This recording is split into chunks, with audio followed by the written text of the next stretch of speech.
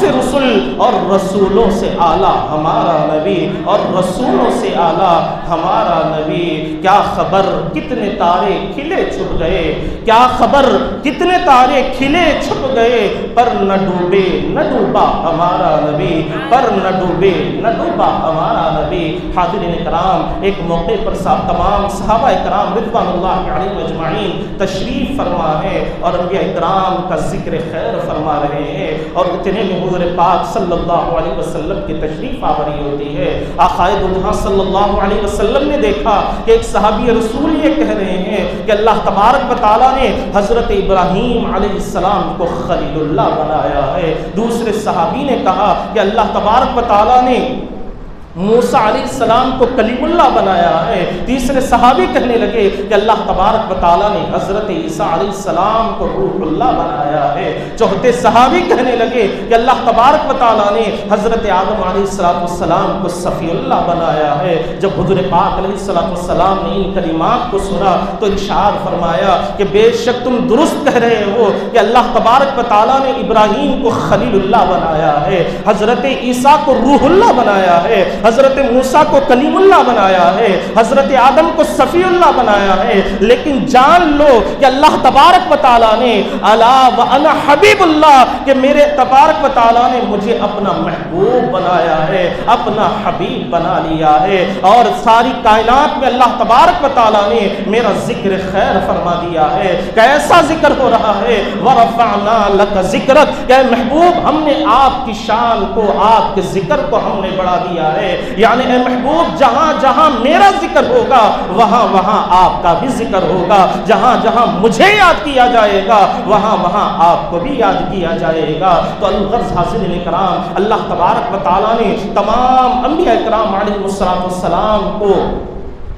ایک ایک معجزات عطا فرمائے ہیں, لیکن خالد و جہاں صلی اللہ علیہ وسلم کی ساری حیات طیبہ کو اللہ تبارک و تعالیٰ نے معجزہ بنا دیا ہے. آپ کی ذات ہی کو اللہ تبارک و تعالیٰ نے ایک عظیم الشان معجزہ بنا دیا ہے. اسی لیے تو شاعر نے اس موقع پر کیا خوب کہا کہ دو چار معجزے ہو تو مانے بشر کوئی, دو چار معجزے ہو تو مانے بشر کوئی, ساری حیات سلسلہ معجزات ہے, ساری حیات سلسلہ معجزات ہے. الغرض اللہ تبارک و تعالیٰ قرآن حکیم میں فرما رہے ہیں کہ تلک الرسل فضلنا بعضهم على بعض, کہ یہ وہ رسول ہیں کہ ان میں سے ہم نے بعض کو بعض پر فضیلت عطا فرمائی ہے. کوئی ان میں وہ ہیں کہ جن سے ہم نے کلام فرمایا ہے, اور ان میں کوئی ایسے بھی ہیں کہ جن کو ہم نے درج و بلندی عطا فرمائی ہے. تو اس میں میرے آقا دو جہاں صلی اللہ علیہ وسلم کی ذات بابرکت ہے, اور آقا دو جہاں صلی اللہ علیہ وسلم کے مقام و مرتبے کو سمجھنے کے لیے اتنا ہی کافی ہے کہ نزہۃ المجالس میں آتا ہے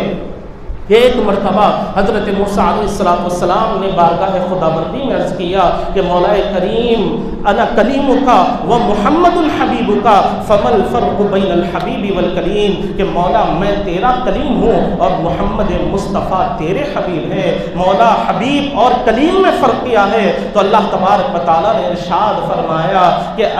ارشاد فرماتا ہے کہ کلیم وہ ہے جو خود طور پر آئے اور کہیں کہ مولا میں تیرا دیدار کرنا چاہتا ہوں, مولا میں تیرے چہرے انور کو دیکھنا چاہتا ہوں, اور میری بارگاہ سے لن ترانی کا اعلان ہو جائے کہ موسیٰ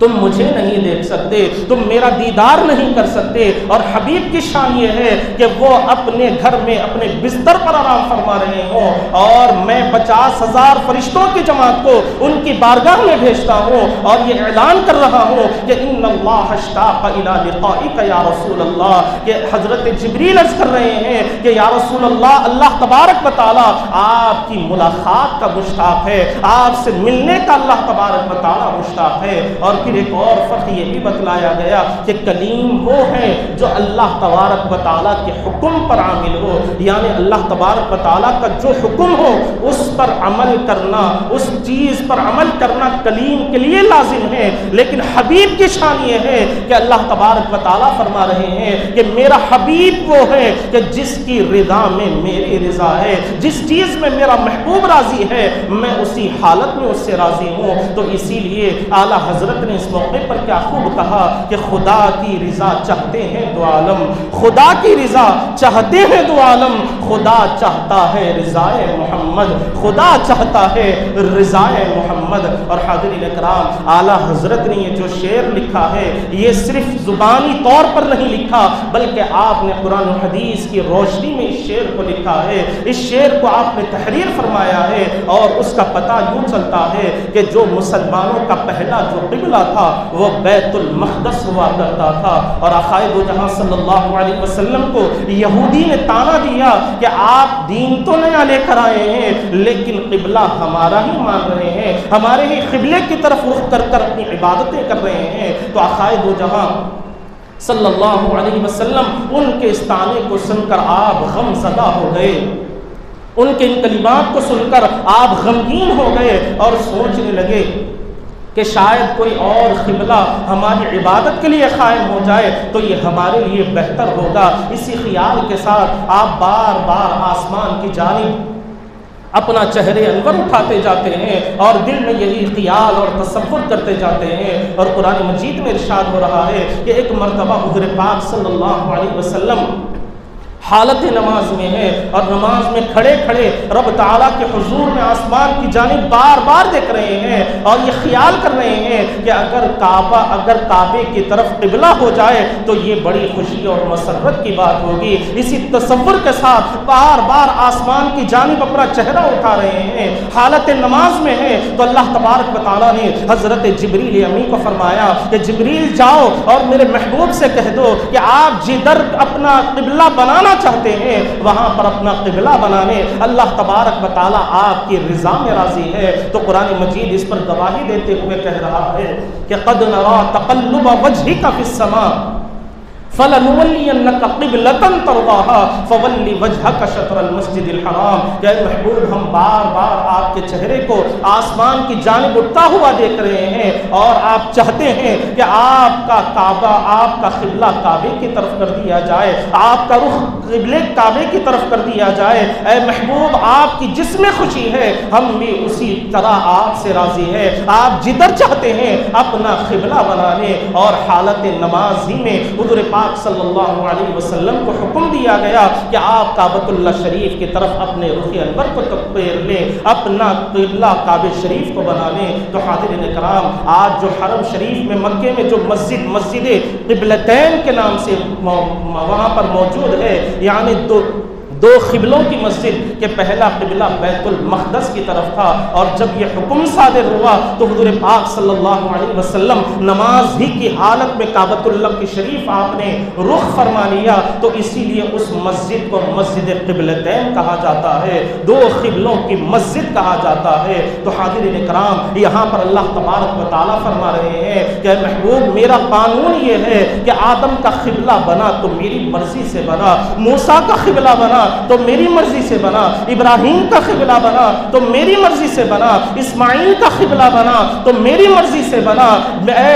محبوب صلی اللہ علیہ وسلم عیسیٰ کا قبلہ بنا تو میری مرضی سے بنا۔ لیکن اے محبوب آپ کی میری بارگاہ میں وہ شان ہے کہ آپ جدھر اپنا رخ پھیر لیں گے تو میں اسی مقام پر اپنا آپ کا قبلہ بنا دوں گا۔ اے محبوب رخ پھیرنا آپ کا کام ہے اور قبلے کو تبدیل کرنا میرا کام ہے، قبلے کو بدل دینا میرا کام ہے۔ تو حاضرین کرام، اسی وقت سے کعبۃ اللہ شریف کی طرف ہمارا قبلہ کر دیا گیا، اسی رخ کی طرف ہمیں پلٹ دیا گیا، اور آج تک بھی اور انشاءاللہ تعالی صبح قیامت تک وہی ہمارا قبلہ ہوگا، اور تمام کائنات کے مسلمان اسی کعبۃ اللہ شریف کی طرف رخ کر کر اپنی عبادتوں کو، اپنے فریضوں کو انجام دیا کرتے ہیں۔ غرض حاضرین کرام، اللہ تبارک و تعالیٰ نے حضور پاک صلی اللہ علیہ وسلم کو ایسی شان عطا فرمائی، ایسی رفعت اللہ تبارک و تعالیٰ نے عطا فرمائی ہے کہ سارا قرآن مجید آپ ہی کی حمد و ثنا بیان کر رہا ہے، آپ ہی کی تعریف و توصیف بیان کر رہا ہے، آپ ہی کے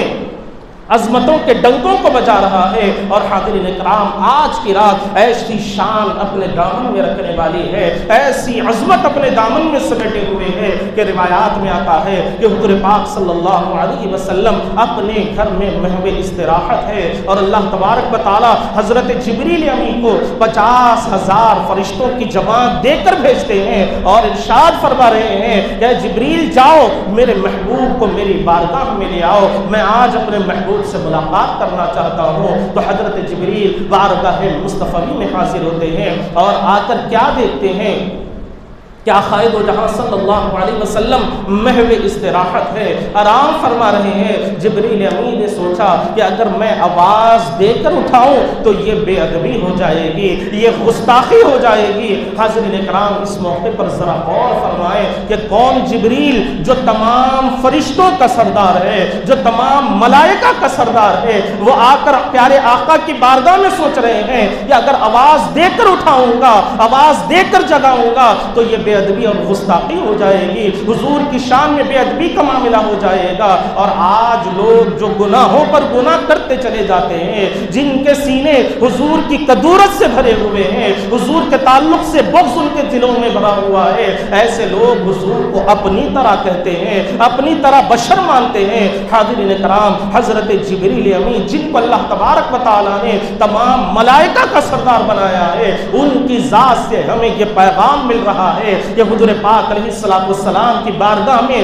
ادب کرنے کا طریقہ یہ ہے، پیارے آقا کے ساتھ اپنی نسبت کو قائم کرنے کا سلیقہ یہ ہے کہ جب بھی پیارے آقا کی بارگاہ میں جاؤ یا جب بھی پیارے محبوب کا نام سنو تو بڑے ہی ادب و احترام کا مظاہرہ کیا کرو، بڑے ہی ادب و احترام کو بجا لاؤ۔ اگر تمہارا یہ ادب اللہ کی بارگاہ میں قبول ہو جائے گا تو اللہ تبارک و تعالیٰ تمہاری بخشش کا ذریعہ اسی کو بنا دے گا، اسی کے ذریعے اللہ تبارک و تعالیٰ تمہاری نجات فرما دے گا۔ لیکن حاضرین کرام، آج کچھ بہت زیادہ عقل رکھنے والے، بہت زیادہ تعلیم حاصل کرنے والے لوگوں کا یہ معاملہ ہے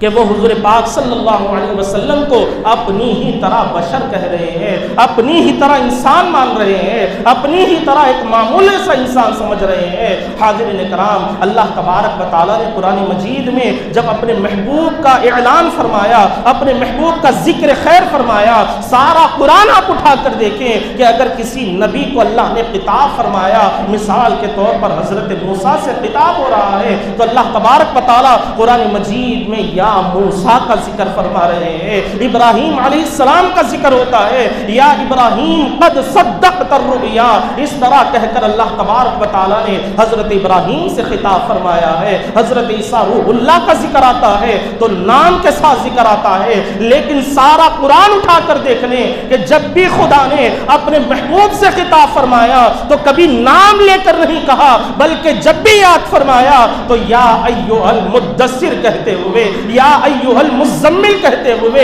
اے کالی کملی اوڑھنے والے، اے سیاہ زلفوں رکھنے والے، اس طرح کے خطابات سے اللہ تبارک و تعالیٰ نے اپنے محبوب سے خطاب فرمایا۔ اور ہمیں یہ پیغام دیا جا رہا ہے کہ لوگوں، اگر تم بھی میرے محبوب کا ادب کرو گے، میرے محبوب کی تعظیم کرو گے تو اللہ تبارک و تعالیٰ تمہیں جنت کی ہمیشہ ہمیشہ والی نعمتوں سے سرفراز فرمائے گا، ہر طرح کی اللہ تبارک و تعالیٰ سرفرازیاں تمہیں ہی عطا فرمائے گا۔ الغرض حاضرین کرام، جب حضرت جبریل امین بارگاہ مصطفی میں حاضر ہیں اور یہ سوچ رہے ہیں، مذبذب ہے کہ کس طرح پیارے آقا کو جگاؤں، یہ قائد بارگاہ خداوندی سے آواز آتی ہے کہ یا جبریل قبل قدمہی، کہ اے جبریل میرے محبوب کے مبارک قدموں کو چوم لے، اے جبریل میرے پیارے محبوب کے مبارک قدموں کو بوسہ دے دے۔ تو جب حضرت جبریل نے پیارے آقا صلی اللہ علیہ وسلم کے مبارک قدموں کو چوما اور پیارے آقا صلی اللہ علیہ وسلم بیدار ہوتے ہیں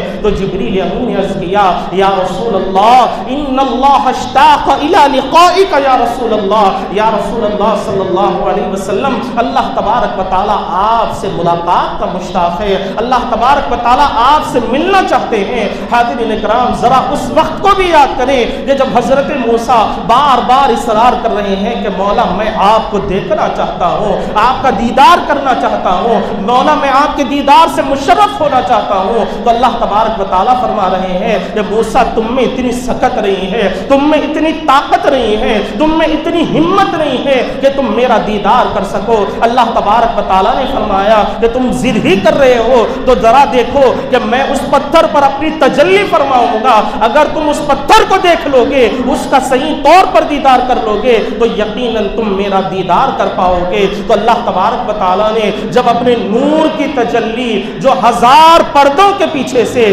70,000 پردوں کے پیچھے سے ایک جھلک اللہ تبارک و تعالیٰ نے طور پر فرمائی تو حضرت موسیٰ اس کی چمک کو دیکھ کر بے ہوش ہو کر گر پڑے. جب ہوش آیا تو اللہ تبارک و تعالیٰ نے فرما دیا کہ اے موسیٰ, میں نے کہا تھا کہ تم میرا دیدار نہیں کر پاؤ گے. ہاں, میں جسے اپنا دیدار کرانا چاہتا ہوں اسے میں خود اپنی بارگاہ میں بلاؤں گا اور اپنے دیدار سے مشرف فرما دوں گا, اپنی نعمتوں سے اسے مالا مال فرما دوں گا. حاضرین کرام, حضرت آدم علیہ السلام سے حضرت عیسیٰ روح اللہ تک تمام انبیاء کرام آئے, لیکن کسی نے خدا کا دیدار نہیں کیا. لیکن ایک ذات میرے آقا کی وہ ذات ہے کہ جنہوں نے اللہ تبارک و تعالیٰ کا دیدار فرمایا. الغرض حاضرین کرام, جب حضور پاک صلی اللہ علیہ وسلم کی بارگاہ میں براق کی سواری کو پیش کیا گیا تو وہ براق کے تعلق سے ہی آتا ہے کہ وہ براق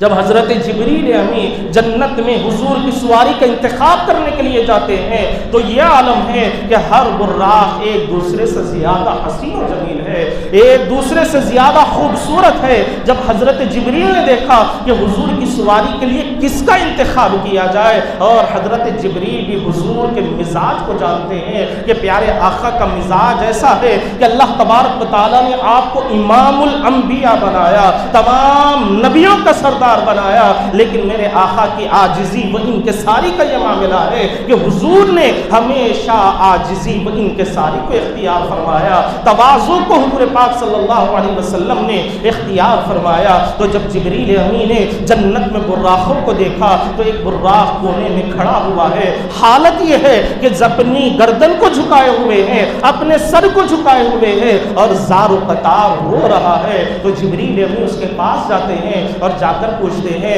کہ اے براق, آج رونے کی وجہ کیا ہے؟ ارے آج تو زمین و آسمان کو سجایا جا رہا ہے, عرش بری کو سجایا جا رہا ہے, ہر چیز کو زینت بخشی جا رہی ہے. ارے آج تو کائنات کی جان تشریف لانے والی ہے, آج تو خوشی و مسرت کا موقع ہے, اور ایسے ماحول میں تیرا ہونا, تیری رونے کی وجہ کیا ہے؟ تو اس براق نے روتے ہوئے کہا کہ اے جبریل, میری منزل بھی وہی ہے جس کے باقی براق طالب ہیں, میری تمنا بھی یہی ہے کہ مجھے حضور کی سواری کے لیے منتخب کر لیا جائے, میرا انتخاب حضور کی سواری کے لیے کر لیا جائے. اے جبریل, کسی کا رونا خدا کی بارگاہ میں قبول ہوتا ہے تو کسی کا ہنسنا قبول ہوتا ہے. اے جبریل, میں رو کر اپنے رب کو منانا چاہتا ہوں, میں رو کر اپنے رب کو راضی کرنا چاہتا ہوں. تو حضرت جبریل امین نے اسے خوشخبری سنائی کہ اے براق, تجھے حضور کی سواری کے لیے منتخب کر لیا گیا ہے, تیرا رونا اللہ کی بارگاہ میں قبول ہو گیا ہے.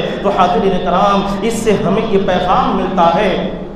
اس سے ہمیں یہ درس ملتا ہے کہ جو لوگ بھی اللہ تبارک و تعالیٰ کے حضور میں عاجزی و انکساری کو اختیار کرتے ہیں, گڑ گڑا کر روتے ہوئے اللہ کی بارگاہ میں دعائیں کرتے ہیں, تو اللہ تبارک و تعالیٰ رونے والوں کے آنسوؤں کو کبھی ضائع نہیں فرماتا, رونے والوں کے آنسوؤں کو اللہ تبارک و تعالیٰ کبھی بیکار جانے نہیں دیتے. اس لیے کہ اللہ تبارک و تعالیٰ کی بارگاہ میں 2 خطرے ایسے ہیں جس کی اللہ تبارک و تعالیٰ جسے بے حد پسند فرماتا ہے, ان میں سے آنسو کا ایک وہ خطرہ بھی ہے جو اللہ کے خوف سے مومن کی آنکھ سے ٹپکتا ہے, ایک ایمان والے کی آنکھ سے ٹپکتا ہے. تو اللہ تبارک و تعالیٰ اس ایک آنسو کی وجہ سے روایات میں آتا ہے کہ وہ آنسو جس کی وجہ سے آنکھوں کی پلکوں کا ایک بال بھی بھیگ جائے تو اللہ تبارک و تعالیٰ اس رونے والے کے سارے گناہوں کو معاف فرما دیتا ہے, اس خوف کرنے والے کی ساری خطاؤں کو اللہ تبارک و تعالیٰ معاف فرما دیتا ہے. تو اس براق اللہ نے بھی کہا کہ جبریل میں اس وجہ سے رو رہا ہوں کہ میرا رونا اللہ کی بارگاہ میں قبول ہو جائے، تو جبریل نے اسے خوشخبری سنا دی کہ ہاں تیرا رونا اللہ کی بارگاہ میں قبول ہو گیا ہے اور رب کریم نے تجھے محبوب کی سواری کے لیے منتخب کر لیا ہے۔ حاضرین کرام، جیسے ہی اسے یہ خبر ملتی ہے تو اس کے حسن و جمال میں اور بھی اضافہ ہو جاتا ہے، اس کی خوبصورتی میں اور بھی اضافہ ہو جاتا ہے۔ جب حضور پاک صلی اللہ علیہ وسلم سواری پر سوار ہونے کے لیے تشریف لے جاتے ہیں تو کچھ دیر کے لیے آپ نے وہاں پر توقف فرما لیا، کچھ دیر کے لیے آپ رک جاتے ہیں تو جبریل امین نے عرض کیا کہ یا رسول اللہ، آپ کے اس موقع پر رکنے کی وجہ کیا ہے؟ اب تو سفر کا آغاز ہونے والا ہے۔ تو آقا دو جہاں صلی اللہ علیہ وسلم کی محبت پر قربان جائیں کہ ہم گنہگاروں سے پیارے آقا کس قدر محبت فرماتے ہیں، ہم خطا کاروں کی کس قدر پیارے آقا فکر فرمایا کرتے ہیں۔ ایسے وقت میں ارشاد فرما رہے ہیں، اے جبریل، آج میرے لیے 50,000 فرشتوں کی جماعت میرے استقبال کے لیے موجود ہے، جنتی سواری میرے لیے موجود ہے، میرے لیے ساری کائنات کو سجایا گیا ہے، زمین و آسمان کو زینت عطا کر دی گئی ہے۔ اے جبریل، ایک وقت وہ بھی آئے گا کہ جب میری امت کو پل صراط پر سے گزرنا ہوگا جو بال سے تلوار سے زیادہ تیز اور بال سے زیادہ باریک ہوگی۔ اے جبریل، بتا اس وقت میری امت کا حال کیا ہوگا، میں اس وقت میری امت کی کیفیت کیا ہوگی۔ حاضرین کرام، غور فرمائیں کہ خدا کی انعامات کی بارشیں ہو رہی ہیں، رب کریم کی رحمتوں کی برساتیں ہو رہی ہیں، اور ایسے موقع پر بھی حضور ہم گنہگاروں کو یاد فرما رہے ہیں، ہم خطا کاروں کی فکر کر رہے ہیں اور پوچھ رہے ہیں کہ آج تو میرے ساتھ یہ معاملہ ہے، کل جب پل صراط پر سے گزرنا ہوگا تو اس وقت میری امت کا حال کیا ہوگا، انہیں کون سہارا دینے والا ہوگا۔ حاضرین کرام، اس وقت اللہ تبارک و تعالیٰ کی بارگاہ سے ندا آتی ہے کہ وَإِن مِّنكُمْ إِلَّا وَارِدُهَا كَانَ عَلَىٰ رَبِّكَ حَتْمًا مَّقْضِيًّا، کہ محبوب آپ اپنی امت کی ہرگز فکر نہ کیجئے، ہم پل صراط سے انہیں اس طرح گزار دیں گے، ہم آپ کی امت کو پل صراط سے ایسے گزار دیں گے کہ انہیں اس پر سے گزرنے کا احساس تک نہ ہوگا، انہیں اس پر سے گزرنے کا احساس تک نہیں ہوگا۔ حاضرین کرام، یہ آقا دو جہاں صلی اللہ علیہ وسلم کی ہم گنہگاروں کے ساتھ محبت کا معاملہ ہے، ہم گنہگاروں کے ساتھ شفقت کا معاملہ ہے، ہم گنہگاروں کے لیے کرم نوازی کا معاملہ ہے۔ ذرا آپ خود اپنے اپنے گریبانوں میں جھانک کر دیکھیں اور بتائیں کہ کیا حضور کے ساتھ ہم بھی محبتوں کا ایسے ہی اظہار کر رہے ہیں؟ کیا ہم بھی حضور کے امتی ہونے کا حق ادا کر رہے ہیں؟ کیا پیارے آقا صلی اللہ علیہ وسلم کی ان قربانیوں کا ہم حق ادا کر رہے ہیں جو رات رات بھر کھڑے ہو کر میرے پیارے آقا نمازیں ادا کر رہے ہیں، خدمہائے مبارک متورم ہو رہے ہیں، آپ کے مبارک قدموں پر برم آ جایا کر رہا ہے، لیکن فکر یہی ہے کہ مولا میری امت کی بخشش فرما دے، مولا میری امت کے گناہوں کو معاف فرما دے، مولا میری امت کی خطاؤں کو معاف فرما دے۔ بستر پر بھی آرام کرنے کے لیے لیٹتے ہیں تو نیند اسی وجہ سے نہیں آتی کہ میرے امتیوں کے گناہ بہت زیادہ ہے، میرے امتی خطا کار بہت زیادہ ہیں، مولا ان کے گناہوں کو معاف فرما دے۔ حاضرین کرام، ہر لمحہ ہر گھڑی حضور اپنی امت کی فکر میں لگے ہوئے ہیں، اور آج ہمارا یہ معاملہ ہے کہ ہم اپنی خواہشات کو پورا کرنے میں لگے ہوئے ہیں، نہ ہمیں حضور کی محبتوں کا خیال ہے، نہ حضور کی قربانیوں کا خیال ہے، نہ حضور کی شفقتوں کا خیال ہے، نہ حضور کی کرم نوازیوں کا خیال ہے۔ اگر کسی چیز کی فکر ہے تو اپنی خواہشات پوری کرنے کی فکر ہے، اپنی ضروریات کو پوری کرنے کی فکر ہے، چاہے وہ حلال طریقے سے ہو یا حرام طریقے سے ہو۔ ہم چاہتے ہیں کہ ہماری ضروریات کسی نہ کسی طرح پوری ہو جائے، ہماری خواہشات پوری ہو جائے۔ حاضرین کرام، یاد رکھیں کہ اگر ہم اللہ تبارک و تعالیٰ کے محبوب کے فرما بردار نہیں بنیں گے، حضور کی اطاعت کرنے والے نہیں ہوں گے، تو کل میدان محشر میں رسوائی اور ذلت کا شکار ہونا پڑے گا۔ جب اللہ کی بارگاہ میں جائیں گے، رب کریم کی بارگاہ میں جائیں گے، تو حاضرین کرام کون سا منہ لے کر رب کے حضور میں حاضر ہوں گے، اللہ تبارک و تعالیٰ کی بارگاہ میں کس طرح جا کر کھڑے ہوں گے۔ آج خدا نے ہمیں موقع عطا فرمایا ہے، آج رب کریم اس شب معراج کے موقع پر موقع عطا کر رہا ہے۔ اس مبارک ساعتوں میں اللہ تبارک و تعالیٰ ہمیں پھر ایک بار موقع دے رہا ہے کہ اے بندے تو میری بارگاہ میں واپس لوٹا، میری بارگاہ میں واپس لوٹا۔ اور قرآن مجید میں اللہ تبارک و تعالیٰ فرما رہے ہیں کہ الا من اتى اللہ بقلب سلیم، کہ ہم نے تجھے جو پاک دل دیا تھا، جو صاف شفاف دل دیا تھا، وہی دل لے کر تو میرے پاس واپس آنا، وہی پاکیزہ دل لے کر آنا، وہی قلب سلیم لے کر آنا۔ لیکن آج دنیاوی کا معاملوں میں ہم ایسے الجھے ہوئے ہیں کہ نہ ہماری نیتیں صاف ہے، نہ ہمارے دل صاف ہے، کوئی چیز ہماری صاف نہیں ہے، بس ہمارا معاملہ اللہ کی ناراضگی کا معاملہ ہے۔ جو بھی کام ہم کر رہے ہیں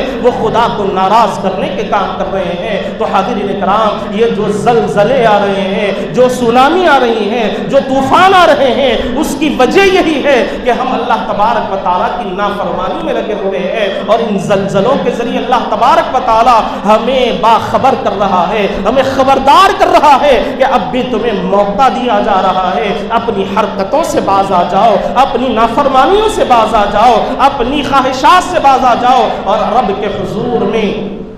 اپنی جبین نیاز کو خم کرنے والے ہو جاؤ گے۔ تو اللہ تبارک و تعالی ہر طرح کی نعمتیں تمہارے لیے رکھا ہے، ہر طرح کی آرائش اللہ تبارک و تعالی تمہارے لیے ہی رکھا ہے۔ الغرض حاضرین کرام، جب حضور پاک صلی اللہ علیہ وسلم اللہ تبارک و تعالی کی بارگاہ سے پیغام آتا ہے کہ ہم آپ کی امت کو پل صراط سے ایسے گزار دیں گے کہ انہیں اس کی خبر تک نہ ہوگی، تو اس وقت حضور پاک صلی اللہ علیہ وسلم براق پر تشریف فرما ہوتے ہیں، اور تمام فرشتوں کی حمد و ثنا کی صدا سے ساری فضا گونج اٹھتی ہے، اور یہ سفر شروع ہو جاتا ہے۔ وہاں سے بیت المقدس کو جاتے ہیں، پھر وہاں پر حضور پاک صلی اللہ علیہ وسلم اس مقام پر تمام انبیاء کی امامت فرماتے ہیں، پھر وہاں سے آسمانوں کا سفر شروع ہوتا ہے، اور چلتے چلتے ایک موقع ایسا بھی آتا ہے، ایک مقام ایسا بھی آتا ہے کہ جسے سدرۃ المنتہا کہتے ہیں۔ اس موقع پر، اس مقام پر آنے کے بعد حضرت جبریل امین رک جاتے ہیں،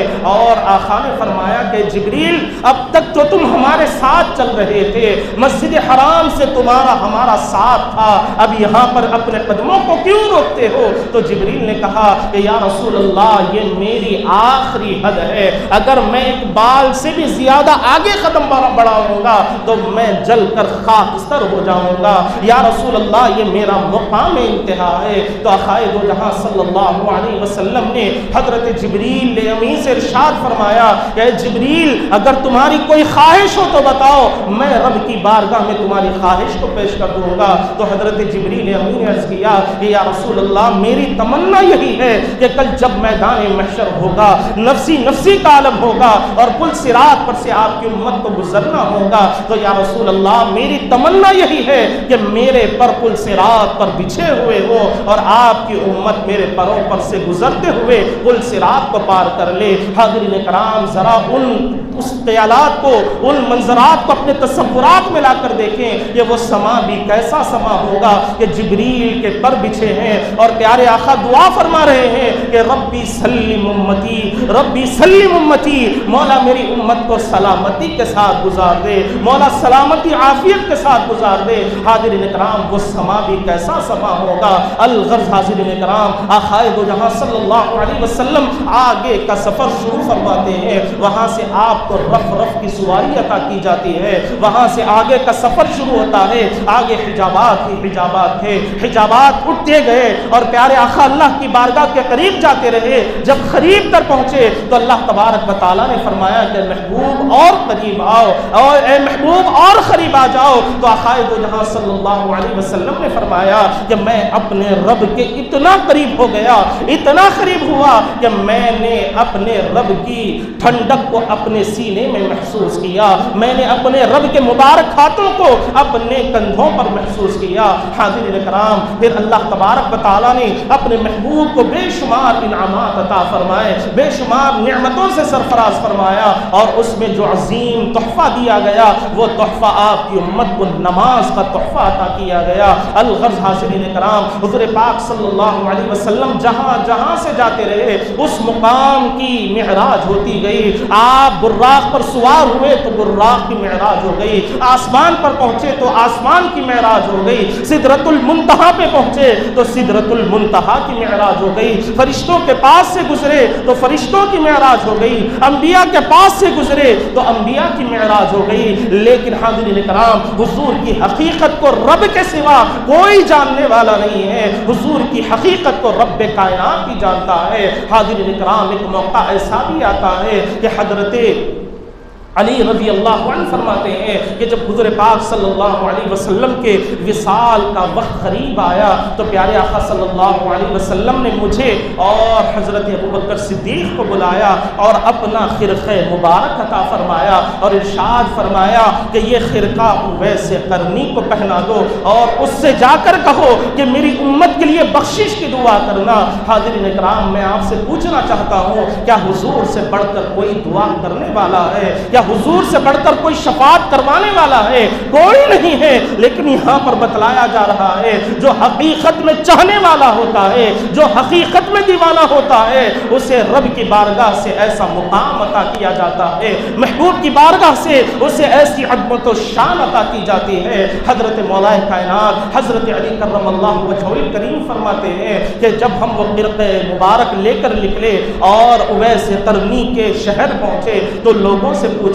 کہ اویس قرنی کہاں ملتے ہیں؟ تو لوگوں نے کہا کہ وہ تو دیوانہ ہے، جنگلوں میں گھومتا پھرتا رہتا ہے، شہر میں اس سے ملاقات نہیں ہو سکتی۔ چنانچہ حضرت علی رضی اللہ عنہ پوچھتے پوچھاتے اس جنگل میں جا کر حضرت اویس قرنی سے ملاقات فرماتے ہیں۔ جب حضرت اویس قرنی رضی اللہ عنہ نے حضور کا خرقہ مبارک دیکھا تو پہچان گئے اور زار و قطار رونے لگے۔ کون اویس جن سے عشق کی تعبیر کی جاتی ہے، جو محبتوں سے جن کی زندگی بھری پڑی ہوئی ہے، ایسی محبتوں کا اظہار فرمایا کہ کبھی زندگی میں ظاہری طور پر حضور کا دیدار نہیں کیا، لیکن محبت کا یہ عالم ہے کہ پیارے آقا فرما رہے ہیں کہ یہ خرقہ اویس کو پہنا دینا اور کہنا کہ میری امت کے لیے بخشش کی دعا کرنا۔ جب اویس نے وہ خرقہ مبارک دیکھا تو رونے لگے اور عرض کرنے لگے کہ یہ خرقہ مبارک کس لیے ہے؟ میری اوقات نہیں، میری حیثیت نہیں کہ اس خرقہ کو میں خرقہ مبارک کو پہن سکوں،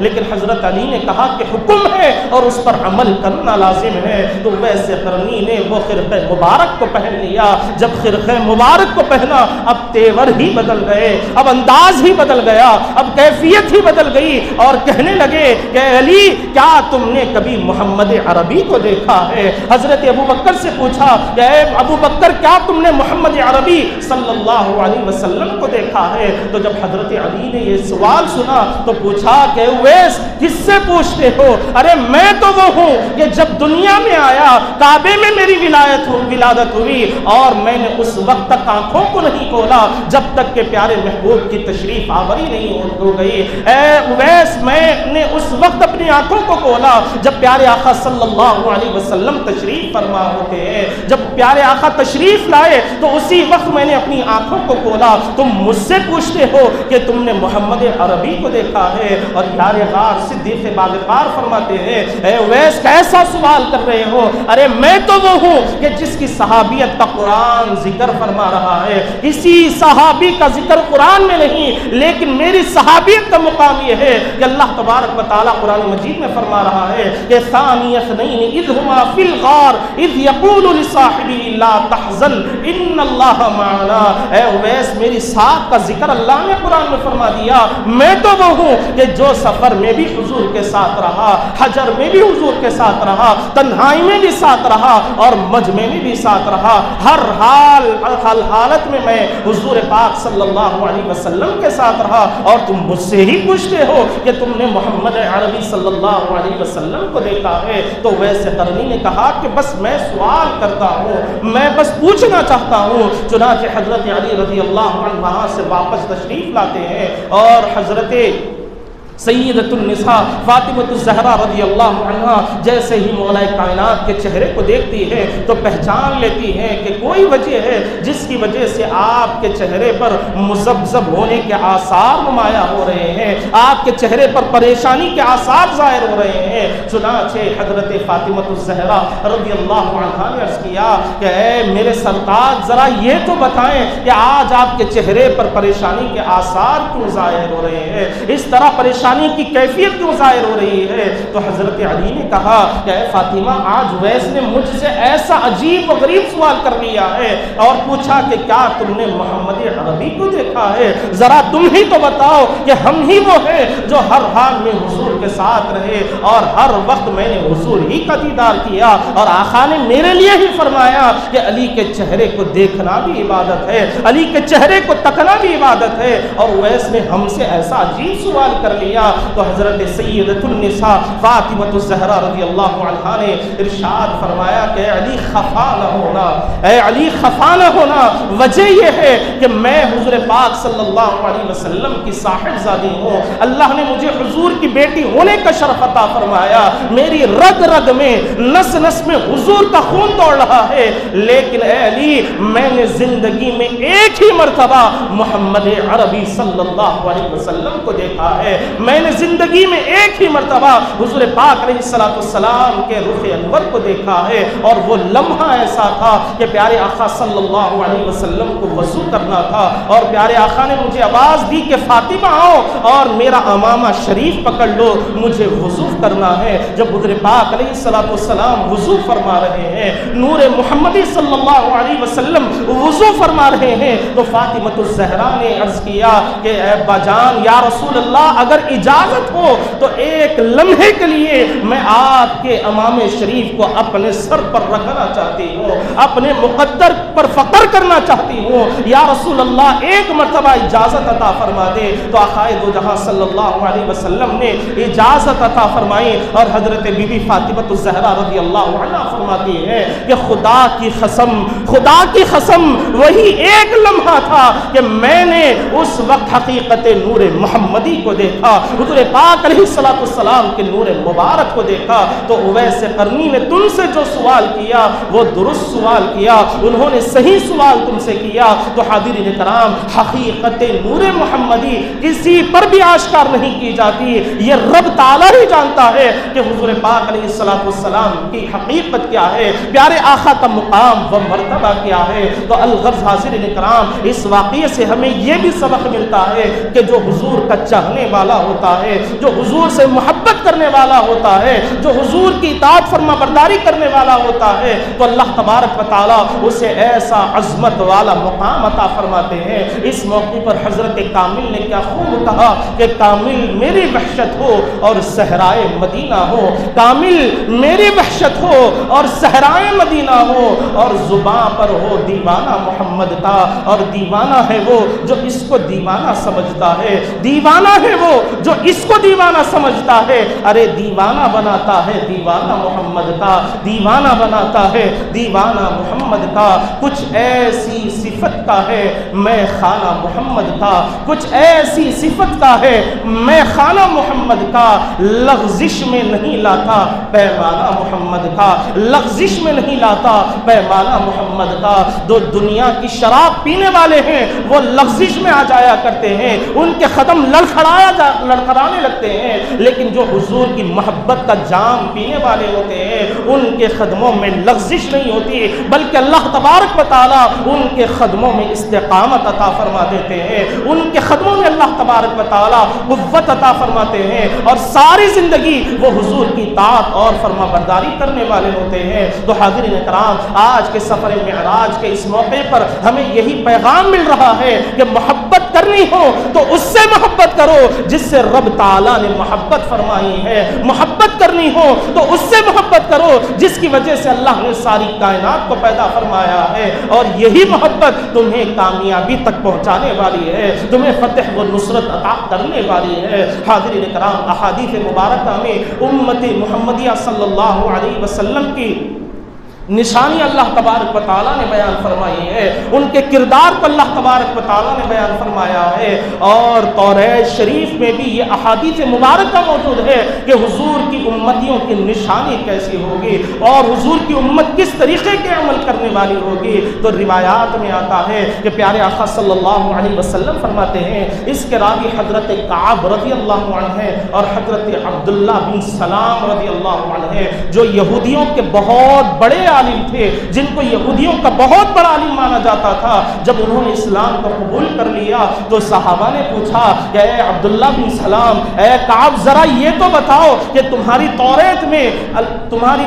میں حضور پاک صلی اللہ علیہ وسلم کی شان کو کیسا بیان کیا گیا، ان کی امت کی شان کو کیسے بیان کیا گیا؟ تو حضرت عبداللہ بن سلام رضی اللہ عنہ ارشاد فرماتے ہیں کہ ہم نے توریت میں پڑھا کہ حضور کی امتیوں کا مقام و مرتبہ، ان کی پہچان یہ ہے کہ وہ کبھی سخت لہجے والے نہیں ہوں گے، سخت لہجے والے نہیں ہوں گے، سختی کے ساتھ زبان کو استعمال کرنے والے نہیں ہوں گے، ان کا دل سخت نہیں ہوگا، جب بھی وہ اپنی زبان سے کلمات کہیں گے تو ان کے کلمات بڑے ہی نرمی کے ساتھ، محبت کے ساتھ اور ہمدردی کے ساتھ بھرے ہوئے ہوں گے۔ حاضرین کرام، جنگ احد کا موقع تھا اور حضور پاک صلی اللہ علیہ وسلم کو چند صحابہ کو پیارے آقا صلی اللہ علیہ وسلم نے ایک مقام پر کھڑے ہونے کا حکم فرما دیا، تیر اندازوں کو کسی مقام پر کھڑے ہونے کا حکم دے دیا اور فرمایا کہ جب تک میں تم سے نہ کہوں اس مقام سے اتر کر نیچے نہیں آنا۔ لیکن صحابہ کرام نے دیکھا کہ جنگ کا منظر ہی بدل گیا اور مسلمان کفار پر غالب ہو گئے ہیں، تو بغیر حضور کی بات سننے کے وہ فوراً اس مقام سے نیچے آ گئے، اور ان کے آنے کی وجہ سے کفار پھر اس مقام پر گئے اور مسلمانوں پر زوردار حملہ کیا، اور اس موقع پر کئی صحابہ شہید ہو گئے۔ جو صحابہ اس مقام پر کھڑے ہوئے تھے، اب ان کی حالت یہ ہے کہ حضور پاک صلی اللہ علیہ وسلم ہم سے ناراض ہو گئے ہیں، ہم نے حضور کی نافرمانی کی ہے، حضور کی بات پر عمل نہیں کیا ہے، اب ہم حضور کی بارگاہ میں جائیں گے تو پیارے آقا ہم سے کیا ارشاد فرمائیں گے، اس طرح کا منہ لے کر جائیں گے۔ لیکن حاضرین اکرام، جب وہ صحابہ حضور کی بارگاہ میں پہنچے تو حضور کے اخلاق کریمہ کا معاملہ یہ تھا، حضور کی شفقت و محبت کا نمونہ یہ تھا کہ حضور نے ان صحابہ سے اس کے تعلق سے کوئی سوال نہیں فرمایا، اس کے بارے میں کچھ بھی نہیں پوچھا، اور صحابہ سوچنے لگے کہ ہماری وجہ سے جنگ کی یہ حالت ہوئی اور کچھ صحابہ شہید بھی ہو گئے، لیکن حضور نے ہمارے ساتھ ایسی محبت کا اظہار فرمایا، ایسی شفقت کا اظہار فرمایا۔ تو حاضرین کرام، ہمیں بھی یہی پیغام ملتا ہے کہ ہم بھی نرمی کو اختیار کریں، ہم بھی عاجزی و انکساری کو اختیار کریں، جب بھی اپنی زبانوں کو کھولیں تو اچھے کلمات کے ساتھ، اچھے اخلاق کے ساتھ، محبت بھرے جملوں کے ساتھ اپنے زبان کو کھولیں اور اپنے الفاظ کو استعمال فرمائیں۔ لیکن آج ہمارا معاملہ یہ ہے کہ بہت سارے مسلمان ایسے بھی ہیں جو جنہیں دیکھ کر یہ محسوس ہوتا ہے کہ وہ بڑے حضور کے چاہنے والے ہیں، یہ سچے اور پکے عاشق رسول ہیں، لیکن ان کی اپنی گھروں کا معاملہ یہ ہے کہ جب وہ گھر میں جاتے ہیں تو ان کی بیویاں ان سے ڈری ہوئی ہیں، ان کے بچے ان کے اخلاق کی وجہ سے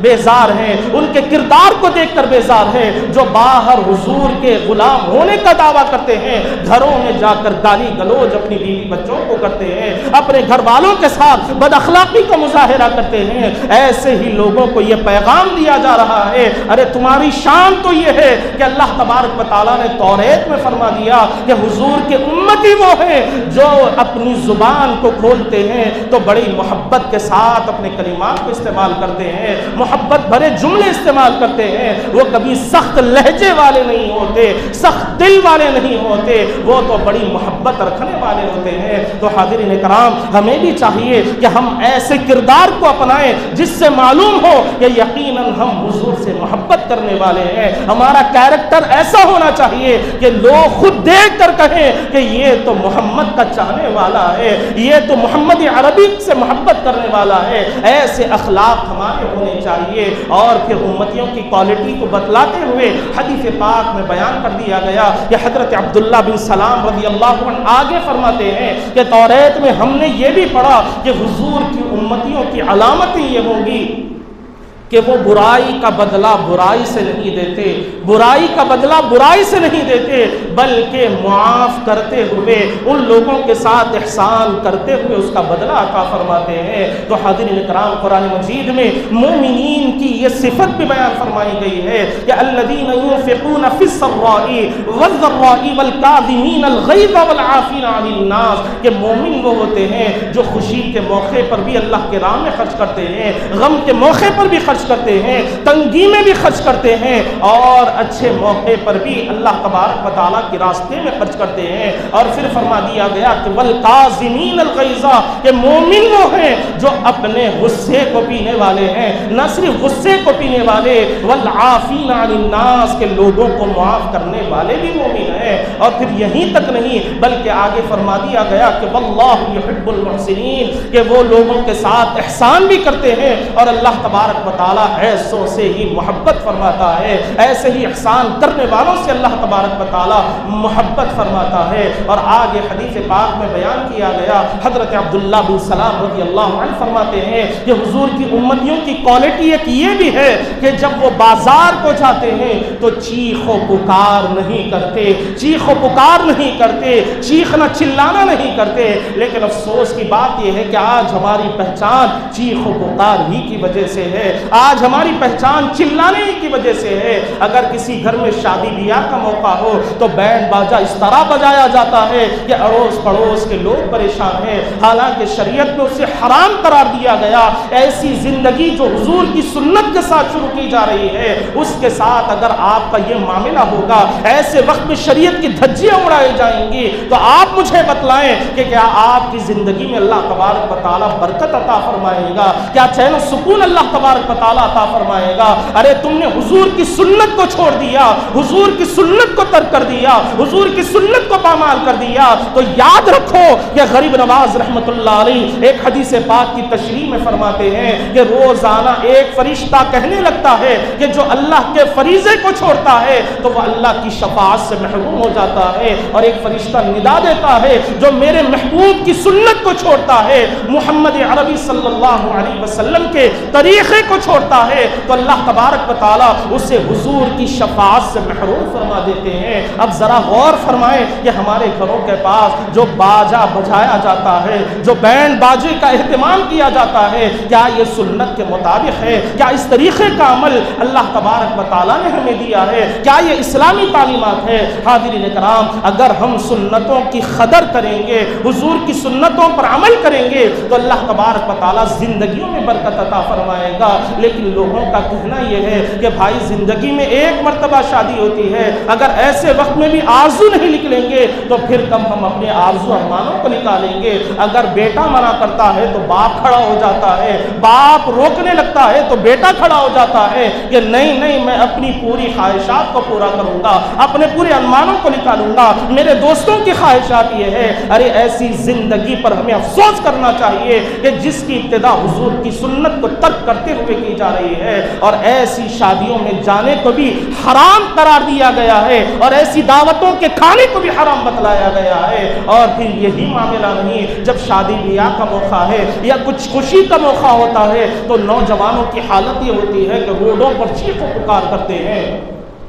گاڑی کے ہارن بجاتے ہوئے لوگوں کو تکلیفیں دیا کرتے ہیں، جبکہ حدیث پاک میں وضاحت کے ساتھ بیان کر دیا گیا کہ حضور کی امت کی کوالٹی یہ ہے کہ جب وہ بازار کو جاتے ہیں، جب بازاروں میں ان کے جانے کا وقت آتا ہے تو وہ چیخ و پکار کرنے والے نہیں ہوتے۔ اس موقع پر ایک حدیث پاک بھی آپ کی خدمت میں عرض کرتا چلوں کہ پیارے آقا صلی اللہ علیہ وسلم فرماتے ہیں کہ جو بازار میں جاتا ہے اور جانے کے بعد چہاروں کلمے کا اہتمام کرتا ہے، چہاروں کلمہ لا الہ الا اللہ وحدہ لا شریک لہ لہ الملک ولہ الحمد یحیی ویمیت وہو حی لا یموت بیدہ الخیر وہو علی کل شیء قدیر۔ اگر کوئی بندہ بازار میں جا کر یہ کلمے کو ایک مرتبہ پڑھتا ہے تو حدیث پاک میں آتا ہے کہ اللہ تبارک و تعالیٰ اسے 1,00,000 نیکیاں عطا فرماتے ہیں، اس کے 1,00,000 گناہوں کو معاف کیا جاتا ہے، اور 1,00,000 درجے اللہ تبارک و تعالیٰ جنت میں اس کے بلند فرماتے ہیں۔ تو حاضرین کرام غور فرمائیں کہ اللہ تبارک و تعالی ہمیں کیسے کیسے انعامات عطا فرما رہا ہے۔ خدا کی رحمتیں کس طریقے کا کون سے طریقے سے ہیلے بہانے کرتے ہوئے ہمارے پاس آ جاتی ہے، لیکن یہ ہماری ناقدری ہے کہ ہم بازاروں میں بھی جاتے ہیں تو چیخ و پکار کرتے ہیں، اپنے اخلاق غیر اخلاقی طریقے کا مظاہرہ کرتے ہیں۔ حاضرین کرام حدیث پاک میں جب ایسا سنہرا موقع ہمیں عطا کر دیا گیا کہ اگر کوئی بازار میں جا کر چہارم کلمے کو ایک مرتبہ بھی پڑھتا ہے تو اللہ تبارک و تعالی اسے 1,00,000 نیکیاں عطا کرتے ہیں، 1,00,000 درجات جنت میں بلند فرماتے ہیں اور 1,00,000 اس کے گناہوں کو معاف کر دیا جاتا ہے۔ تو ایسا آفر آپ کو کہاں پر ملے گا، ایسا موقع آپ کو کہاں پر ملے گا؟ آج جو دکانوں پر لگایا جاتا ہے گیٹ 1 بائی 1 فری کا جو آفر آپ کو ملتا ہے، حاضرین کرام اس میں بھی دھوکہ کیا جاتا ہے، لیکن اللہ تبارک و تعالی ہر حال میں اپنی رحمت سے آپ کو مالا مال کرنا چاہ رہے ہیں، ہر طریقے سے آپ کی نیکیوں میں اضافہ کرنا چاہتے ہیں۔ تو ہمیں بھی چاہیے کہ جب ہماری نشانی حدیث پاک میں یہ بیان کر دی گئی کہ بازاروں میں جا کر وہ چیخ و پکار نہیں کرتے، تو ہمیں بھی چاہیے کہ جب بازاروں میں جائیں تو حضور کی سنت پر عمل کریں۔ اور حدیث پاک میں بیان کر دیا گیا، قرآن مجید میں بھی اعلان ہو رہا ہے کہ وَعِبَادُ الرَّحْمَنِ الَّذِينَ يَمْشُونَ عَلَى الْأَرْضِ هَوْنًا، کہ اللہ کے نیک بندے وہ ہیں جب وہ زمین پر چلتے ہیں تو اپنی نگاہوں کو نیچے رکھ کر چلتے ہیں، اپنے قدموں کو آہستہ آہستہ اٹھاتے ہیں۔ تو اللہ کے نیک بندوں کی نشانی پہچان قرآن مجید میں بیان کر دی گئی، لیکن آج ہمارا کیا معاملہ ہے کہ جب بازار میں جا رہے ہیں تو ایک دوسرے کی برائی میں مبتلا ہے، ایک دوسرے کو مذاق اڑاتے ہوئے نظر آتے ہیں، چیخ و پکار کرتے ہوئے نظر آتے ہیں۔ حاضرین اکرام یہ سرپرستوں کی ذمہ داری ہے کہ بچپن سے اگر بچوں کی صحیح تربیت کریں گے، انہیں حضور کی سنتیں سکھائیں گے تو بڑے ہو کر وہ بھی سنت پر عمل کرنے والے ہوں گے، ان کے دلوں میں بھی حضور کی سنتوں پر عمل کرنے کا جذبہ پیدا ہوگا۔ اور دوسری کوالٹی اور یہ بھی بتلائی گئی کہ حضور کے امتیوں کی پہچان یہ ہے کہ وہ کثرت کے ساتھ اللہ تبارک و تعالیٰ کی حمد بیان کرتے رہتے ہیں، کثرت کے ساتھ اللہ تبارک و تعالیٰ کی حمد و ثنا بیان کرنے لگتے ہیں۔ حاضرین کرام روایات میں آتا ہے کہ جو بندہ کھاتے وقت میں الحمدللہ کہتا ہے تو اللہ تبارک و تعالیٰ اسے بے شمار اجر و ثواب عطا فرماتے ہیں۔ اور اگر آپ بندہ نواز گیس دراز رحمت اللہ علیہ کی سیرت مبارکہ کو اٹھا کر دیکھیں گے تو آپ کو پتہ چلے گا کہ بندہ نواز کے کھانا کھانے کا طریقہ کیا تھا کہ جب بھی آپ لقمہ اٹھایا کرتے تو ہر لقمے سے پہلے الحمد شریف کے سورے کو مکمل 1 مرتبہ پڑھا کرتے، جب سورہ فاتحہ مکمل ہوتا تو پہلا لقمہ کھایا جاتا، جب دوسرا لقمہ اٹھانے کا وقت آتا تو پھر آپ الحمد شریف کا اہتمام فرمایا کرتے۔ جب تک آپ کھانے دسترخوان پر بیٹھے ہوئے ہوتے اللہ تبارک و تعالیٰ کا ایسے ہی ذکر فرماتے۔ اور ہم نے محدث لکن عبداللہ شاہ صاحب رحمۃ اللہ علیہ کے جو خلیفہ حضرت ابو الفدا رحمۃ اللہ علیہ عبدالستار خان صاحب رحمۃ اللہ علیہ کو ہم نے دیکھا کہ حضرت کا یہ معمول تھا کہ جب بھی آپ لقمہ اٹھایا کرتے تو ہر لقمے پر الحمدللہ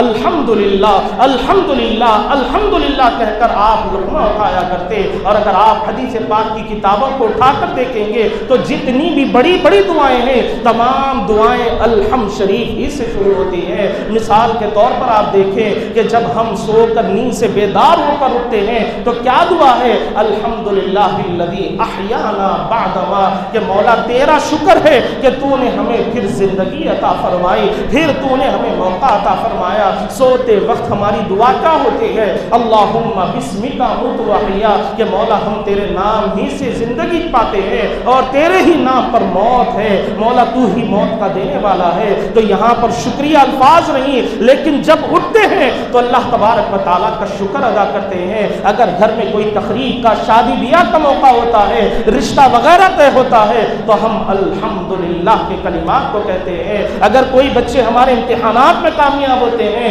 تو ہم الحمدللہ کے کلمات کو کہتے ہیں۔ تو حاضرین اکرام، یہ کلمات ہماری پہچان ہے، اسی سے ہماری پہچان ہونے والی ہے، اور یہی وہ مبارک کلمات ہے جو میدان محشر میں جنت میں یہی کلمات حضور کے امتی کہتے ہوئے پھریں گے۔ اور پھر حضور کی امتیوں کی نشانی یہ بھی بتلا دی گئی کہ جب وہ کوئی اونچے مقام پر جاتے ہیں، یعنی کوئی وہ بڑے مقام اونچے مقام پر جاتے ہیں، تو اونچے مقام پر جاتے ہوئے اللہ اکبر اللہ اکبر اللہ اکبر کہتے ہوئے جاتے ہیں، اور جب نیچائی کی طرف اترنے لگتے ہیں، کسی اتار پر سے آنے لگتے ہیں، تو اس موقع پر حضور کی امتیوں کا یہ معاملہ ہوتا کہ وہ الحمدللہ الحمدللہ کہتے ہوئے آتے ہیں۔ لیکن آج ہمارا کیا معاملہ ہے کہ جب ہمارے نوجوان گھومنے پھرنے کے لیے جاتے ہیں تو چڑھاؤ چڑھتے ہیں تو برائی میں مبتلا ہوتے ہیں، ایک دوسرے کا مذاق اڑانے میں مبتلا ہوتے ہیں، اور جب اتار پہ اترنے کا موقع آتا ہے تو ایسے وقت بھی ہمارا معاملہ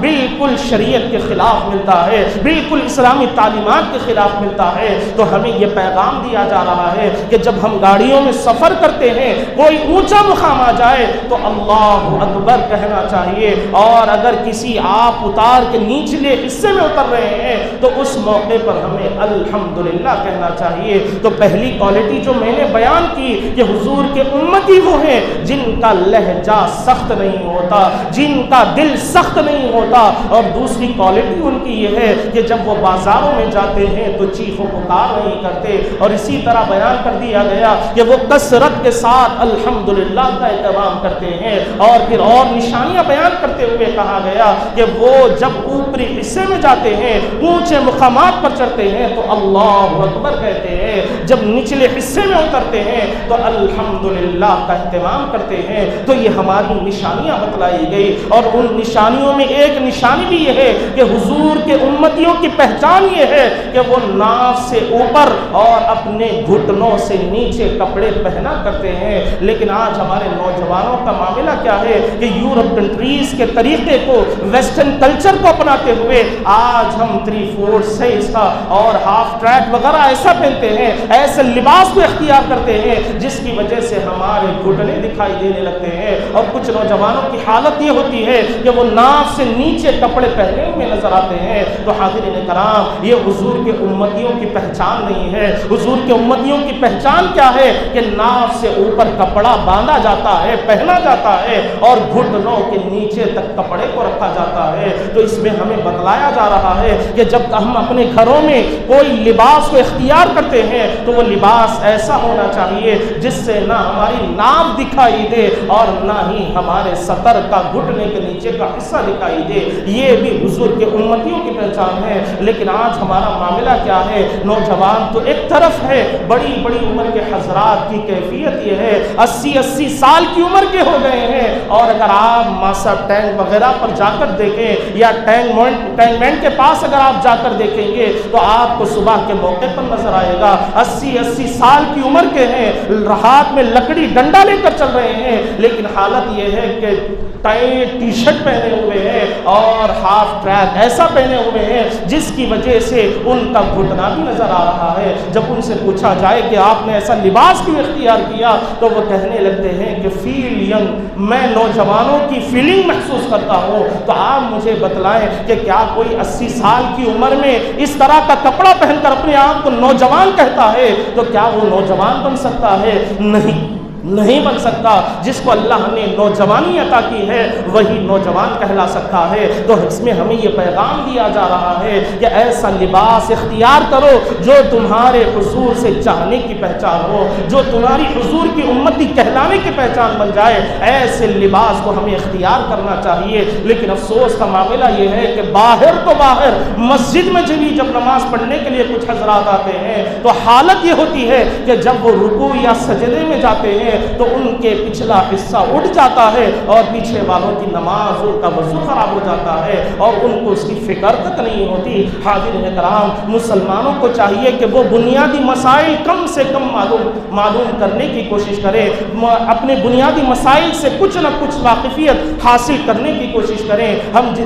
جس طرح زندگی گزارنے کے لیے طرح طرح کی چیزیں سیکھنے میں لگ جاتے ہیں، طرح طرح کے کورس کرنے میں لگ جاتے ہیں، اس لیے کہ ہمیں زندگی گزارنا ہے، نوکری کرنا ہے، اپنی ضروریات کو پورا کرنا ہے، اسی طرح ایک مسلمان کے لیے ضروری ہے کہ وہ اسلامی زندگی کس طرح گزار رہا ہے، شریعت پر عمل کر رہا ہے یا حضور کی سنتوں پر عمل کر رہا ہے۔ ایک مسلمان کو اس کی بھی فکر کرنی چاہیے، اور ساتھ ہی ساتھ یہ بھی بتلا دیا گیا کہ حضور کی امتیوں کی پہچان یہ ہے کہ ان کے چہرے وضو کرنے کی وجہ سے چمکتے ہوئے دکھائی دیں گے، ان کے ہاتھ وضو کرنے کی وجہ سے نور اور رونق والے نظر آئیں گے۔ تو حاضرین کرام، حضور کے امتیوں کی کوالٹی یہ بتلائی گئی کہ وہ ہمیشہ باوضو رہتے ہیں، وضو کے ساتھ رہتے ہیں۔ تو آج کی رات جو عظمت والی رات ہے، اس رات جو اللہ تبارک و تعالیٰ نے اپنے محبوب کو معراج کے موقع پر بے شمار تحفے آپ کی امت کے لیے عطا فرمائے ہیں، اسی رات سے ہمیں یہ پیغامات مل رہے ہیں کہ ہمیں چاہیے کہ جو چیزیں میں نے آپ کے سامنے بیان کی ہے کم سے کم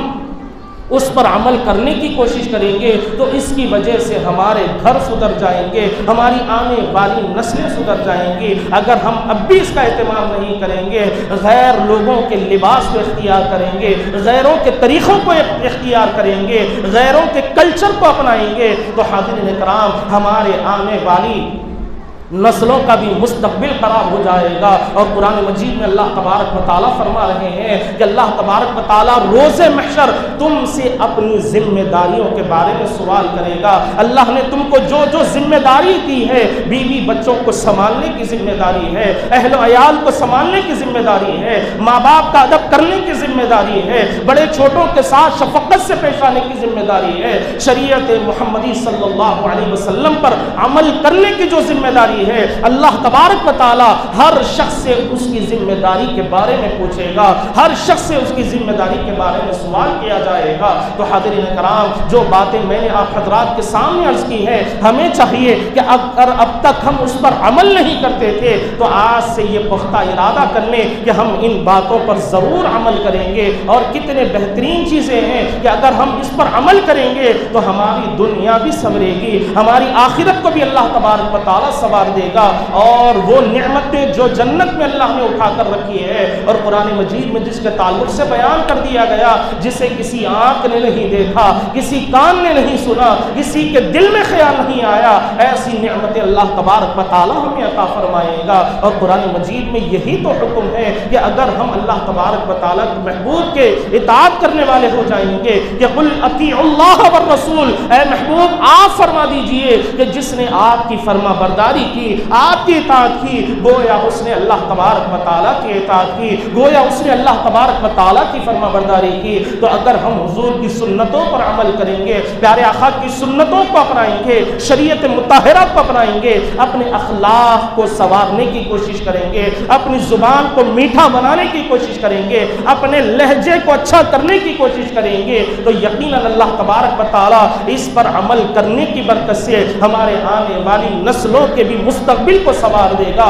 آنے والی نسلوں تک اللہ تبارک و تعالیٰ اس کا اثر باقی رکھے گا۔ تو تمام باتوں کا خلاصہ کلام یہی ہے کہ معراج کی شب جو پیغام ہمیں ملتا ہے وہ پیغام یہی ہے کہ حضور سے ہم محبت کرنے والے ہو جائیں، ایسی محبت کریں کہ جن چیزوں سے حضور نے محبت فرمائی ان چیزوں سے محبت کرنے والے ہو جائیں، اور جن جن چیزوں سے آقا نے منع فرمایا ہے ان چیزوں سے اپنے آپ کو روکنے والے ہو جائیں۔ یہ نہیں کہ آج شب معراج کے موقع پر ہم جمع ہو گئے اور ان باتوں کو سن لیا، آ کر نمازوں کا اہتمام کر لیا یا 2-4 دن روزوں کا اہتمام کر لیا، اس کے بعد پھر وہی اپنی پرانی زندگی، وہی پرانے اپنے اعمال، پھر پرانی اپنی حرکتیں۔ تو حاضرین اکرام،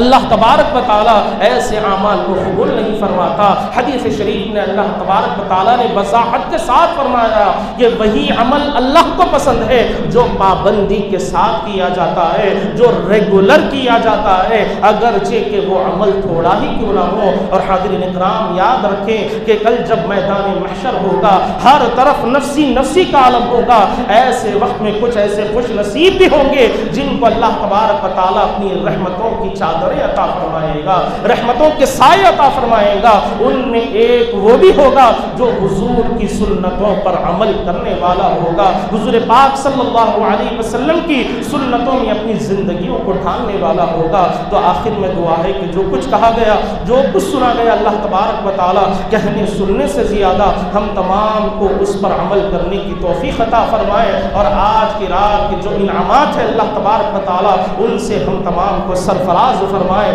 اور صرف آج کی رات ہی نہیں بلکہ اللہ تبارک و تعالی ہمیں ساری زندگی حضور سے محبت کرنے والا بنائے، حضور کی اطاعت کرنے والا بنائے، اور حضور کا صحیح طور پر امتی بننے کی توفیق عطا فرمائے۔ وآخر دعوانا الحمدللہ رب العالمین۔ صلاۃ و سلام کے لیے کھڑے ہو جائیں۔